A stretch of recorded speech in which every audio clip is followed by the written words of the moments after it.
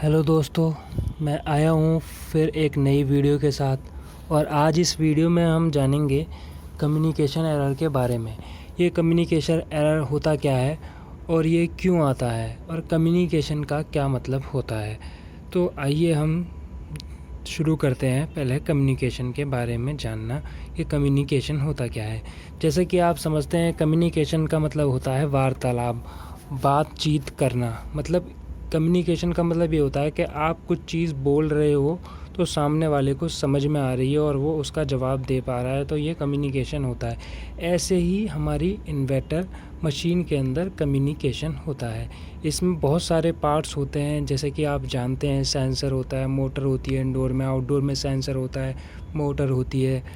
तो काफ़ी हमारे पार्ट्स होते हैं, पीसीबी होती है, वायर होता है। तो कोई भी चीज़ एक, जैसे कि आप इंडोर की पीसीबी ने कुछ बोला और आउटडोर की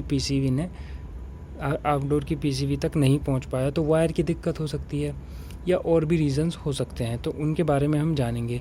तो हम बात कर रहे थे कम्युनिकेशन होता क्या है। तो इंडोर और आउटडोर की पीसीबी आपस में बातें करती हैं, और जैसे कि इंडोर की पीसीबी बोलती है जो भी है, सेंसर उसका रीड्स, जितने भी सेंसर होते हैं वो रीड करते हैं। जैसे टेम्परेचर इस वक्त इतना हो रहा है, तो इंडोर की पीसीबी बोलेगी, आउटडोर की पीसीबी बोलेगी इंडोर की पीसीबी से कि देखिए इतना टेम्परेचर हो रहा है, कंप्रेसर की स्पीड को इतना करना है। उसने सुन लिया तो वो कर देगी। अगर ऐसा उसने नहीं सुन पाया किसी भी वजह से, तो कम्युनिकेशन एरर आता है। तो हम step by step communication error के बारे में जानेंगे। तो कम्युनिकेशन का एरर एक्चुअली में होता क्या है, तो अब हम जानेंगे। कम्युनिकेशन इन्वर्टर जो मशीन होती है, इन्वर्टर एसी जो हमारा होता है, उसमें आता क्यों है। मैंने आपको बताया था कि कम्युनिकेशन एक्चुअली में होता क्या है, तो आप जानते हैं। तो आप जुड़े रहिए इस वीडियो के साथ और हमें सपोर्ट कीजिए। तो मैं बताता हूँ आपको कम्युनिकेशन एरर कैसे चेक कर सकते हैं स्टेप बाय स्टेप।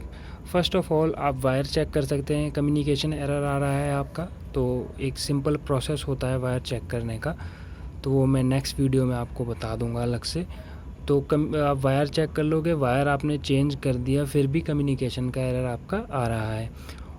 और अगर ऐसा होता है तो आप इंडोर की पीसीबी पर जा सकते हैं या आउटडोर की पीसीबी पर जा सकते हैं। तो हम चलते हैं इंडोर की पीसीबी पे। इंडोर की पीसीबी पर आप जाएंगे तो आप एक डीसी पर मीटर लगाएंगे, अपना क्लैम मीटर को डीसी पे लगाना होगा आपको। और फिर एक प्रॉब आप उसकी ब्लैक वाली न्यूट्रल पर लगाएंगे और एक प्रॉब रेड वाली आप कम्युनिकेशन वाला जो सिग्नल का वायर होता है उस पर लगाएंगे। तो ये वायर अगर लगा हुआ है और आप उसको चेक कर रहे हैं तो फ्लक्चुएशन होनी चाहिए। अगर फ्लक्चुएशन हो रही है तो कम्युनिकेशन हो रहा है।